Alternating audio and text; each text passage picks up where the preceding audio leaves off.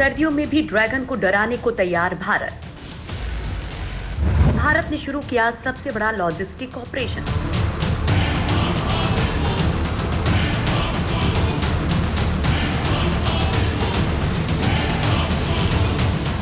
दोस्तों, एलएसी पर भारत और चीन की सेनाओं के बीच टकराव खत्म होता नहीं दिख रहा है। ऐसे में भारतीय सेना एक लंबे टकराव की तैयारी कर रही है। इसके लिए सेना ने सैनिकों के लिए एडवांस विंटर स्टॉक शुरू कर दिया है। पूर्वी लद्दाख के जिन इलाकों में भारतीय सेना का चीन से टकराव चल रहा है, वो बेहद ही दुर्गम इलाका है और वहां तक सर्दियों के मौसम में सप्लाई लाइन को सुचारू रूप से चलाना बेहद मुश्किल काम होता है। आजादी के बाद दशकों में अपने सबसे बड़े सैन्य रसद ऑपरेशन में भारतीय सेना ने पूर्वी लद्दाख में ज्यादा ऊंचाई वाले इलाकों में लगभग 4 महीनों की भयानक सर्दियों से निपटने के लिए जरूरी सामान पहुंचा रही है। इनमें टैंक, भारी हथियार, गोला बारूद, ईंधन, भोजन और आवश्यक जरूरत की चीजों की आपूर्ति है। देखा जाए तो यह अब तक का सबसे बड़ा लॉजिस्टिक ऑपरेशन है जिसे लद्दाख में आजादी के बाद लागू किया गया है।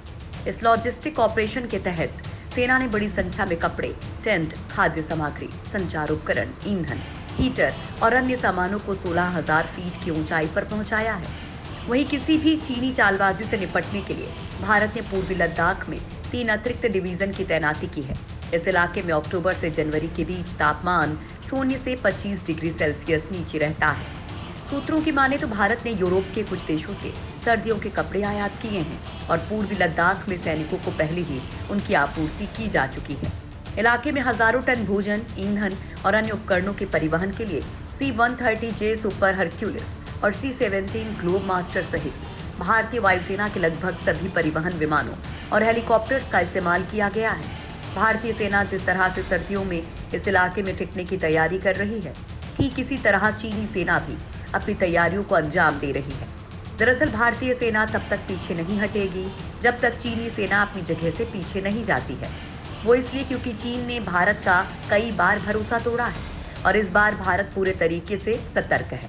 फिलहाल इस इलाके में चीन की किसी भी चालाकी का जवाब देने के लिए भारतीय सेना पूरी तरीके से अलर्ट पर है।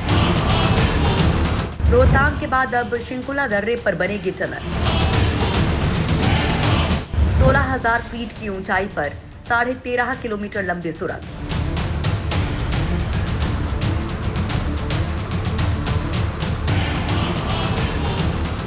दोस्तों, एलएसी तक अपनी पहुंच को और आसान बनाने के लिए भारत अब हिमाचल प्रदेश में एक और सुरंग बनाने की तैयारी कर रहा है।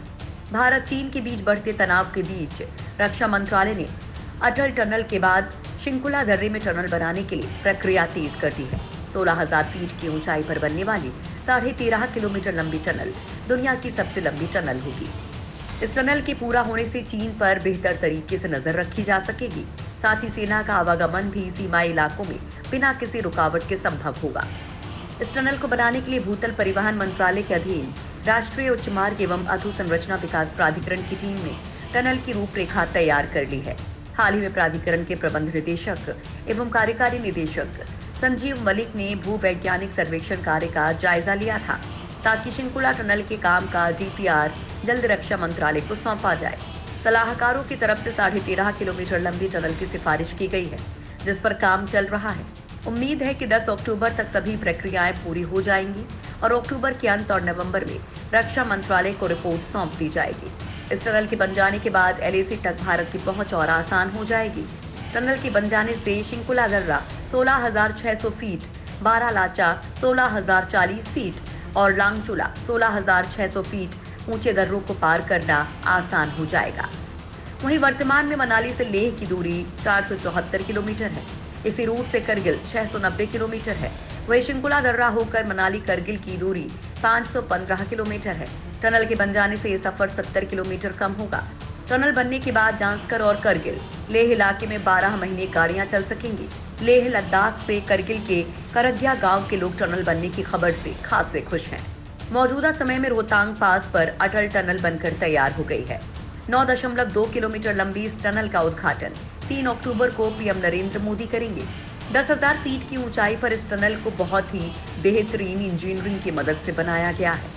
टनल को बनाने में 10 साल का वक्त लगा है। टनल निर्माण से मनाली और लेह के बीच का सफर 46 किलोमीटर कम हो गया है। चीन पाकिस्तान से एक साथ लोहा लेगा भारत।